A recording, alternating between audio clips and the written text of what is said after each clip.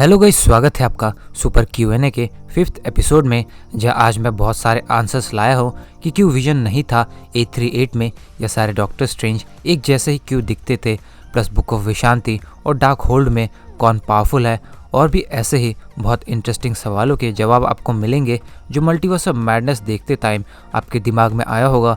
लेकिन उससे पहले अगर आपने अभी भी इस चैनल को सब्सक्राइब नहीं किया है तो जल्दी से चैनल को सब्सक्राइब कर दे। तो गाइस चलिए अब हम इस वीडियो को शुरू करते हैं। Who were this creatures? तो यार वांडा ने इन दोनों क्रीचर्स को अमेरिका के पीछे भेजा, जहां ये है गारगेंटोस, इमेंसली स्ट्रॉन्ग सी क्रीचर जो कभी कॉमिक्स में नमोर से भी लड़ चुका है, जिसे नमोर इजीली बीट कर देता है। लेकिन क्योंकि इसे वांडा ने पोसेस किया था, जहां इसके आंखें भी वांडा की ही आंखें हैं, जो खुद प्रोड्यूसर रिची पामा ने कंफर्म किया कि ये वांडा ही विलन है, उसे फॉरशैडो कर रही थी।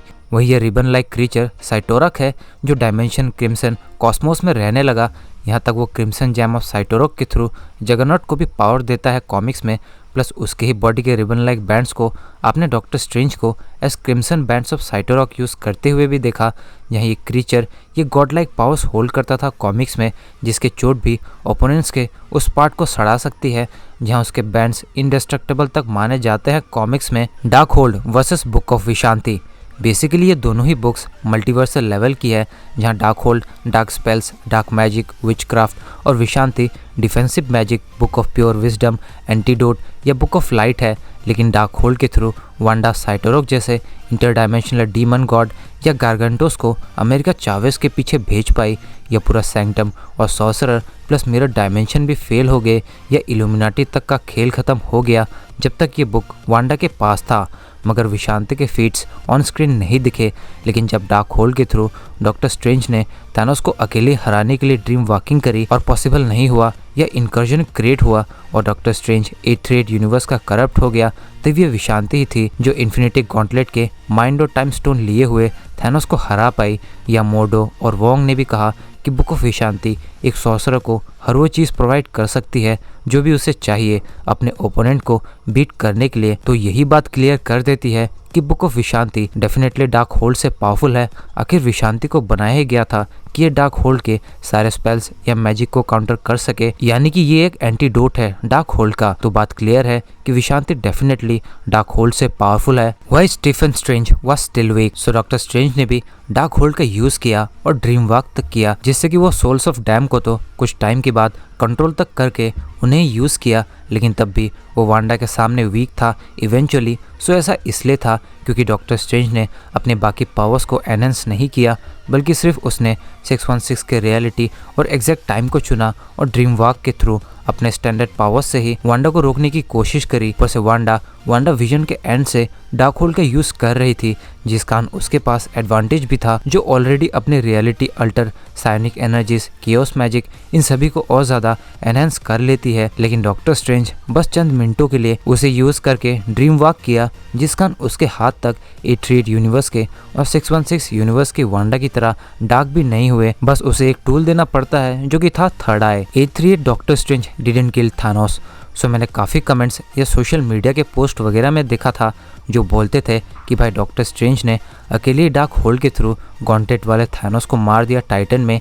लेकिन गाइस ये बिल्कुल भी गलत है, क्योंकि खुद इल्यूमिनाटी के प्रेजेंट होते हुए प्रोफेसर जेवियर ने कहा था कि 838 यूनिवर्स के डॉक्टर स्ट्रेंज ने विशांति को ढूंढने में मदद की, जिसके थ्रू ही सभी ने मिलकर थानोस को हराया। और बुक ऑफ विशांति को अब यहाँ टाइटन में कैप्टन कार्टर के राइट हैंड में भी देख सकते हैं। यहाँ तक कि 838 के डॉक्टर स्ट्रेंज ने ड्रीम वॉक करके थानोस को हराने के बजाय इनकर्जन ही क्रिएट कर दिया, जिससे एक रियलिटी ही डिस्ट्रॉय हो गई। सो यहाँ सभी की बातों से क्लियरली ये क्लियर हो गया कि डॉक्टर स्ट्रेंज ने अकेले ही डार्क होल्ड के थ्रू थानोस की छाती के आर पार उसकी डबल एज स्वॉर्ड नहीं करी, बल्कि इसमें पूरी इल्यूमिनाटी शामिल थी और ये उनका टीम वर्क ही था। Why Scarlet Witch wanted America's power? तो ये बात तो पता ही है आपको कि वांडा अमेरिका की पावर्स इसलिए लेना चाहती थी क्योंकि उसे बिली और टॉमी के पास उस रियलिटी में जाना था। लेकिन ये तो वो अमेरिका से बोल देती या डॉक्टर स्ट्रेंज से ही हेल्प मांगती तो डेफिनेटली वो कर देते और ना ही अमेरिका को मारना पड़ता, ये सब कुछ होता। लेकिन उसके मुताबिक पर्टिकुलरली उसकी पावर्स इसलिए वांडा लेना चाहती थी ताकि कभी उसके बच्चे बीमार हो जाए तो वो मल्टीवर्स में ट्रेवल कर सके। सिर्फ इसलिए वो पावर्स लेना चाहती थी, जो कि बिल्कुल भी सेटिस्फाइंग या बीइंग रीजनेबल नहीं था, बल्कि वांडा ऐसा इसलिए कर रही थी क्योंकि वो करप्ट हो चुकी थी डार्क होल्ड को यूज करके। आखिर डार्क होल्ड उसके यूजर को करप्ट करने के साथ पावर हंग्री बना देता है, जिस कारण जिसने भी उसे यूज किया वो या तो अपना माइंड लूज कर लेता है या सोल। यहाँ तक ये बुक उसके विल्डर को सिर्फ बुरा से बुरा करने के लिए ही आगे बढ़ाती है, जिस कारण यहाँ तक A38 के स्कारलेट विच तक के बारे में नहीं सोचती 616 की वांडा, बल्कि एकदम ही सेल्फिश हो जाती है सेल्फलेस होने के बजाय। No Vision in A38 universe. Well 616 universe में विजन था, लेकिन A38 की वांडा टॉमी और बिली के साथ थी। यहाँ तक विजन के कोई नामो निशान नहीं दिखे, तो क्यों विजन A38 में नहीं दिखा? तो इसका पॉसिबल आंसर है कि विजन को बनाया ही नहीं गया A38 यूनिवर्स में, क्योंकि 616 में विजन तब बना जब अल्ट्रॉन ह्यूमंस को ही खतरा समझ बैठा था और वही करप्ट निकला।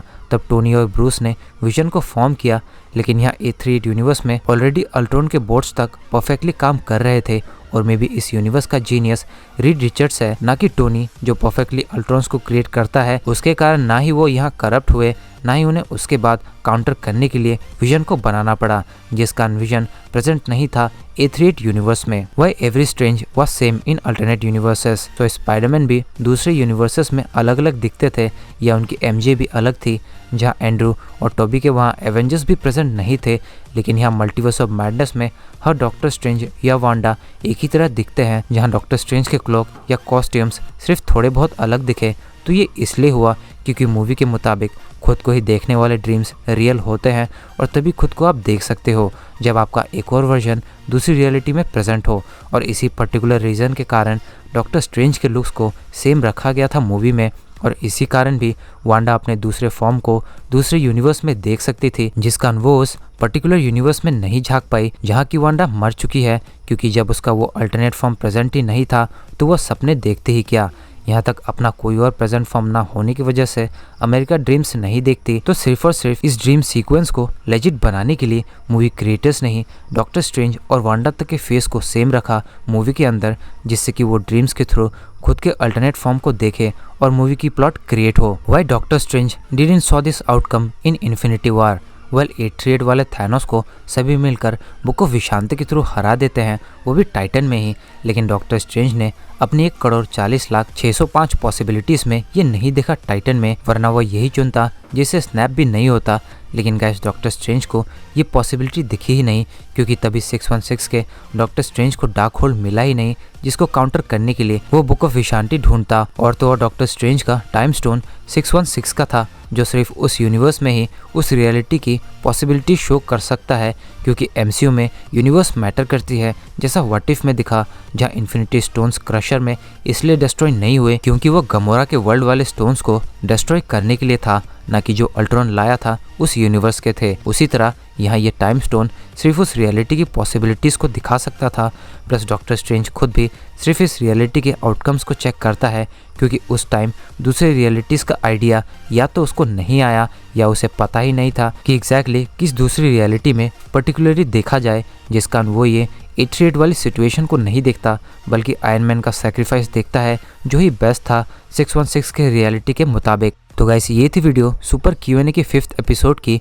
वेल अभी भी ये सवाल है कि क्या वांडा अभी भी जिंदा है या फिर ये लेडी कौन थी, तो इसके जवाब मैंने ऑलरेडी इस वीडियो में दे दिया है, तो इसे चेक कर ले, जिसकी लिंक डिस्क्रिप्शन में है। साथ ही अगर आपको ये वीडियो अच्छी लगी हो तो इस वीडियो को लाइक और शेयर करें, साथ ही कमेंट करके बताएं आपको ये वीडियो कैसी लगी, और अब भी कोई सवाल है तो उसे भी कमेंट कर दे, मैं अगले एपिसोड में उसके भी जवाब देने की कोशिश करूँगा। और ऐसी ऑसम और इंटरेस्टिंग वीडियोस देखने के लिए हमारे चैनल को सब्सक्राइब करके बेल आइकन को ज़रूर प्रेस करें। तो गाइस मिलते हैं बहुत जल्द अगली वीडियो में। This is captain signing off, take care, bye bye.